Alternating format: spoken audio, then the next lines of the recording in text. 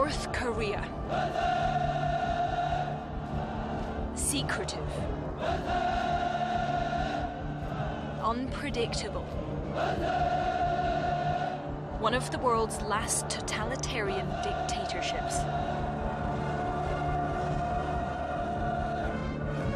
Now on the brink of becoming a nuclear-armed state.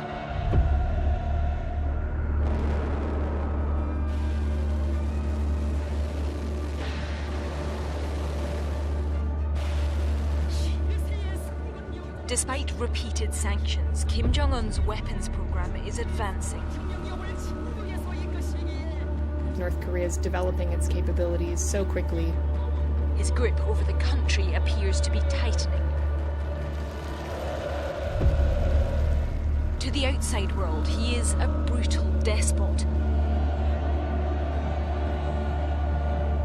Here, he is worshipped like a god.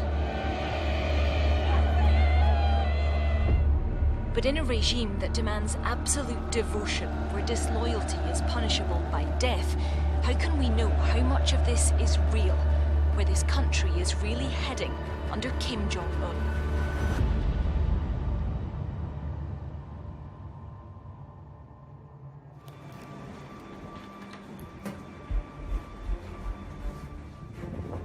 This is one of the world's most isolated nations. For foreign journalists like me, access is rare. But for 6 strictly controlled days, we were invited in.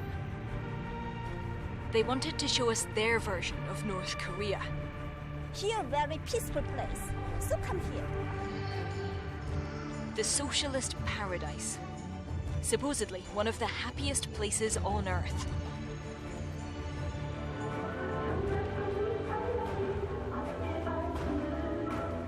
Where the people have everything they need. 8 hours a day she works, and everything is perfect. No mention here of the reality of public executions, food shortages, and total ideological control. But from the outset, it was clear the state security apparatus was all around. They wanted to examine all our equipment. They wouldn't tell us what they were looking for. Everywhere we went, we were shadowed by 2 government minders. Every interview was supervised.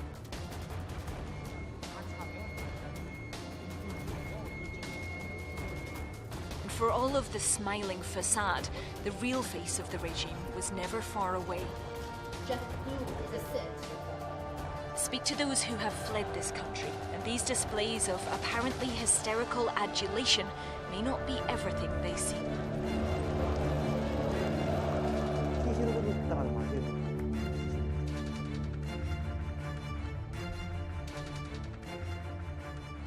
We're staying in a hotel on an island, in the middle of the Taedong River in Pyongyang.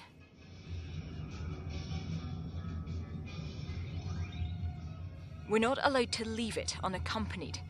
It's for our own safety, we're told.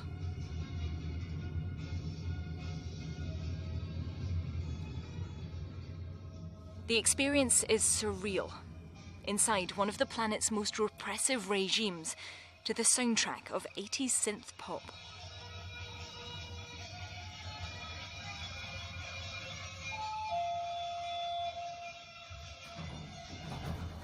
Technically, we're here to cover the once-in-a-generation Workers' Party Congress. In truth, we're entirely in the hands of our government hosts.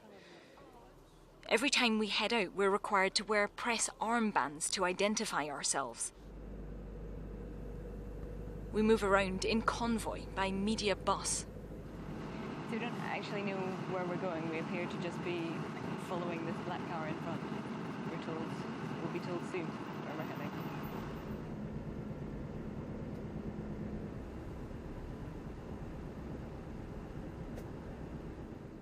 Out of the mist, the towering figures of Kim Jong-un's father and grandfather. All traffic is required to slow down here as a sign of respect.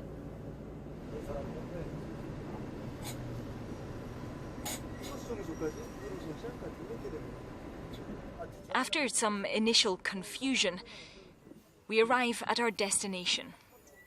Throughout our time here, this will be the one constant, a series of men in dark suits, always nearby, almost always smoking.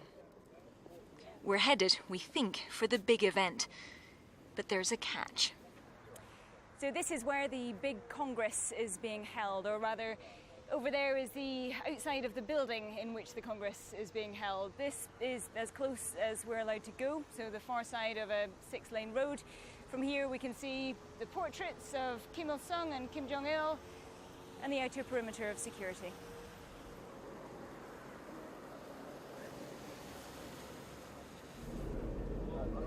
Instead, we were off to a showcase factory. Some of the workers enjoying a game of football outside as we arrive. We're herded into an exhibition on the visits of great presidents past. Not every image wholly convincing. Inside a made-for-TV production line. But if it all looked too good to be true, maybe it was.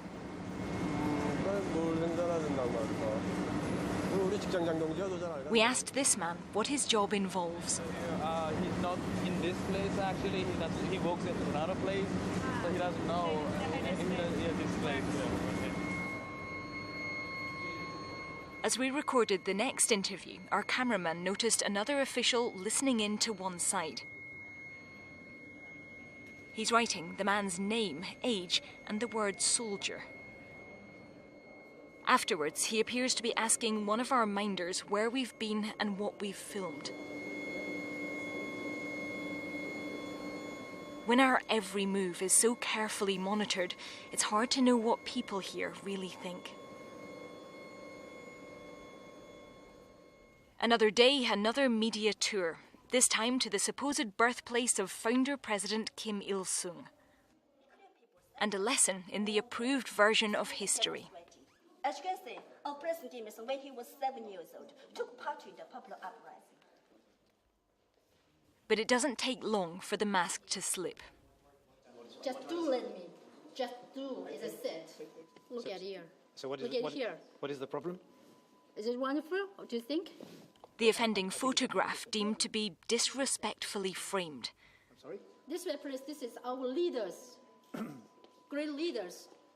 I don't understand. Please do it again. I don't understand. Let me try. I don't understand. Let me try. Dealt with accordingly.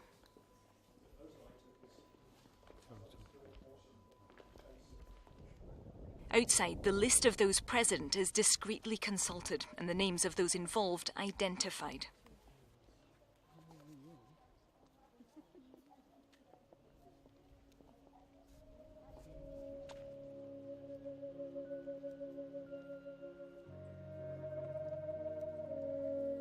On with the tour and a musical tree.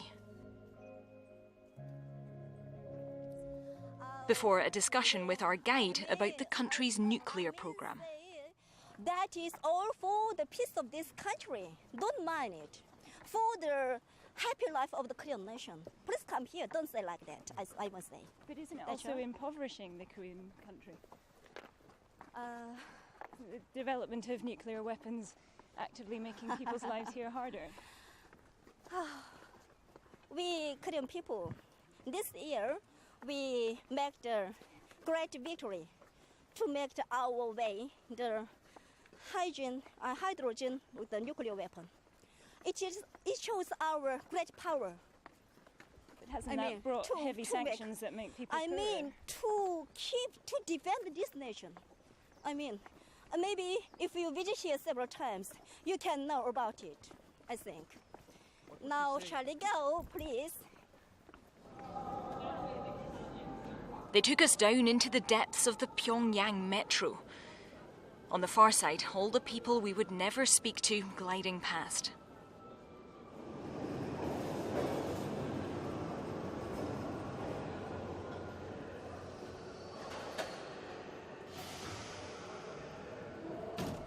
The purpose was to marvel at the modern infrastructure.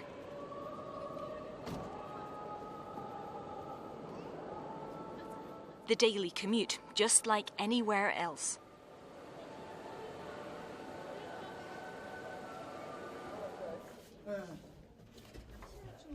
Then we were off to visit a typical family.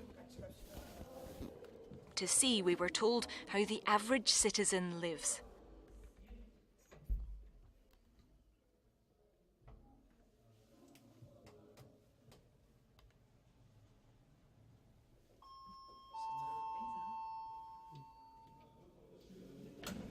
We appeared to be following a well-trodden path. This is a bedroom. Our gracious host is a teacher at a primary school. Any of the leaders on the wall up here? 예, 우리 어제 2차 사활을 우리는 위대한 지령 김일성 대원 스님, 위대한 유사 김정일 대원 스님. At the school, we teach about the great President Kim Il-sung and great leader Kim Jong-il, as well as the respected Marshal Kim Jong-un. There is a special section at the school that specializes in teaching the greatness and what they are, all of us. So, for all of us, giving priority to the education of all the great leaders comes first of everything before they have the real knowledge about the other science fields. Next on the schedule, the Kim Jong-suk silk mill. Named in honor of Kim Jong-un's grandmother. So this factory, our factory, is associated with immortal relics of our great president and great general and mother Kim Jong-suk. Not quite what we had come to cover, but in we duly trooped to see the immortal relics.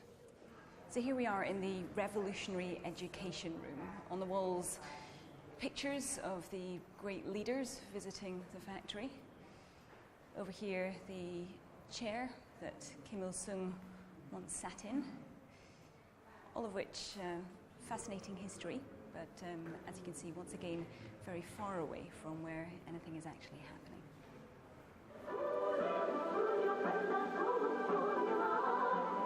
Inside, non-stop, rousing revolutionary music. And workers only too happy to tell us how wonderful the conditions are.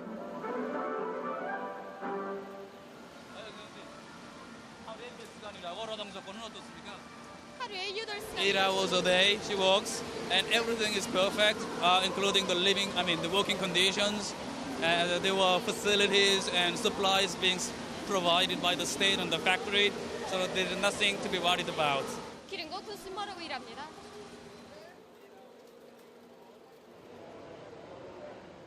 Other areas, though, were off limits. Not everyone had time to talk. Finally, the factory kindergarten, where the children careered, apparently oblivious to the sudden influx of officials and camera crews. Around they rode in their tiny fighter jets past the replica rocket, waving to the international press. But back at the hotel, the novelty of touring factories was wearing off. Excuse me, what are you It's not amusing. What should we do? We wanted to know when we would be going to the Congress. Can we go there? Why not? The place is so small. It looks pretty big. He told us we could go next time, which on past form will be in 36 years. So they took our small team to the shooting gallery instead. A chance for our minders to blow off some steam and show us their skills. Before a member of staff stepped in to show them how it should be done.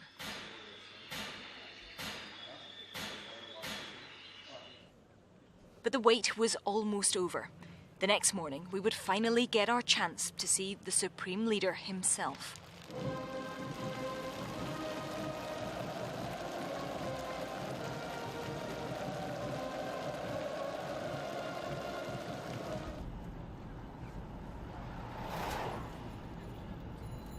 Early morning in central Pyongyang. From every direction, a stream of silent figures mobilizing.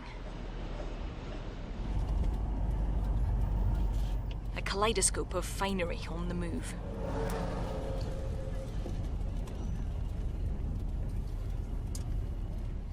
One of our minders had called my room after midnight, telling us to be ready by 5:30 a.m. to leave our phones and most equipment behind. Now we were under escort with a soldier from the Korean People's Army, moving through the streets under heavy security.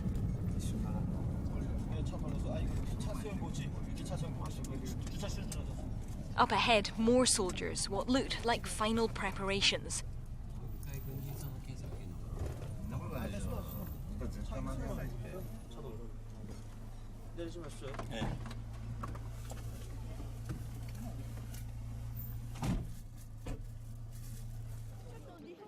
And more security checks.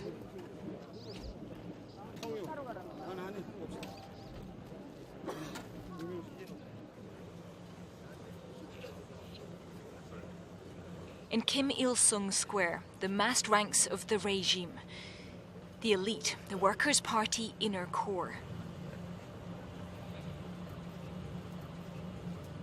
all waiting in almost total silence.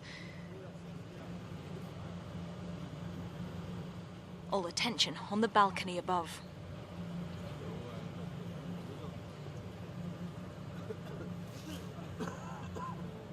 In front of us, the crowd stood, hushed, ready for the cue. The leader was on his way.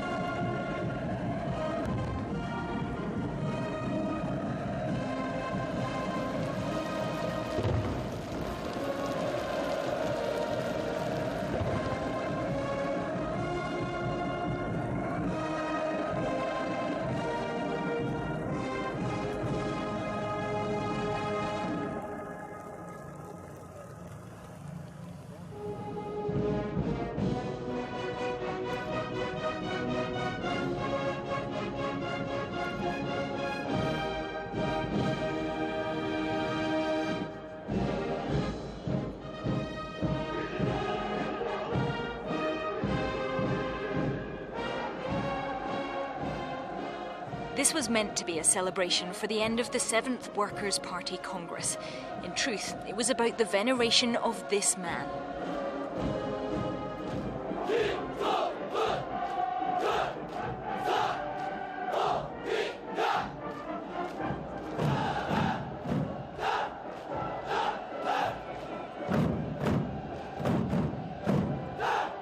A regimented display of devotion.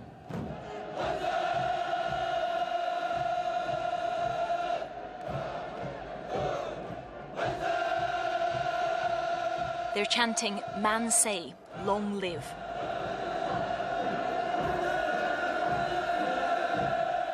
And then a replica missile launcher, a celebration of Kim Jong-un's signature policy, the push to develop the economy and nuclear weapons. The United States says it will never accept a nuclear North Korea. Mr. Kim does not appear to be waiting for their permission. In the last 5 years under Kim Jong-un, we've really seen that program advance in pretty much every direction. We've seen him do very active, increasingly active nuclear and missile testing. We've seen him develop and begin working on a program to put nuclear weapons on submarines at sea. And so really, this is a threat that is manifesting itself in many different ways, and for most who are looking on, it's of extreme concern.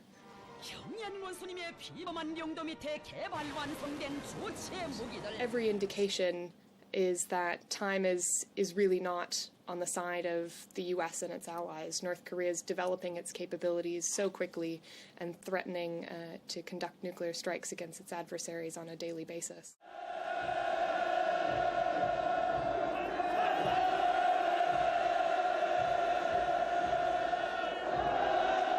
People here are told their country is under threat, that only Kim Jong-un and his nuclear warheads can protect them.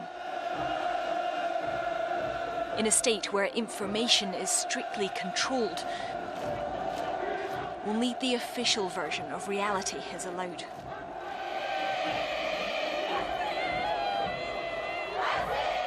At times it felt uncomfortable, watching grown adults effectively prostrate themselves, apparently overcome by the leader's presence. But how could we know what they were really thinking? How much of this emotion is genuine?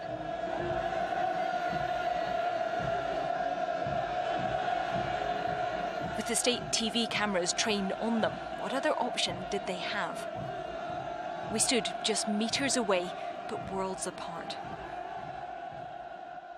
I was reminded of my interview with this man, a former North Korean soldier who escaped across a river. He had attended other events like this. He told me everyone understood what was expected. 박수 칠 때 박수 안 친다든가 같이 있을 때 졸았다든가 이러면은 너는 정말 그 김정은이 사상을 따르지 않는 사람은 이렇게 처형하거나 할 수 없이 죽기 싫어서 당하면 만세 부르고 박수 치고 이렇게 하거든요. And for all the pictures of deliriously happy troops, under Kim Jong-un, he said, people are more afraid.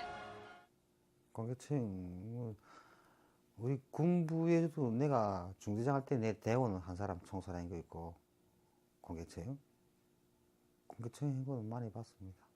많이 보고.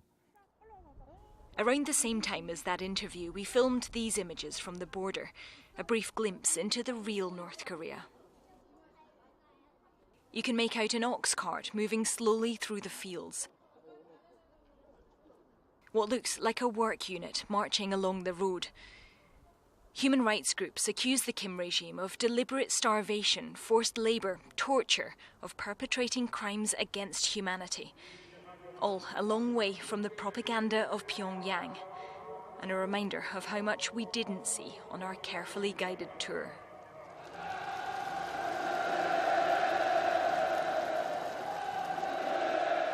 During our time here, we're actually based on an island. The media hotel is in the middle of this river in Pyongyang, and it's not a bad metaphor for the experience of reporting here.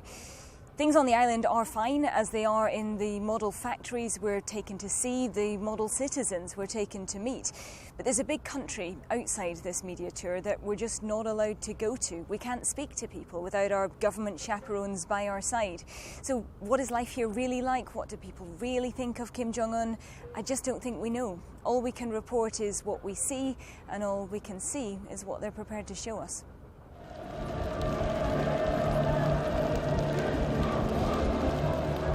This is what they want the world to see.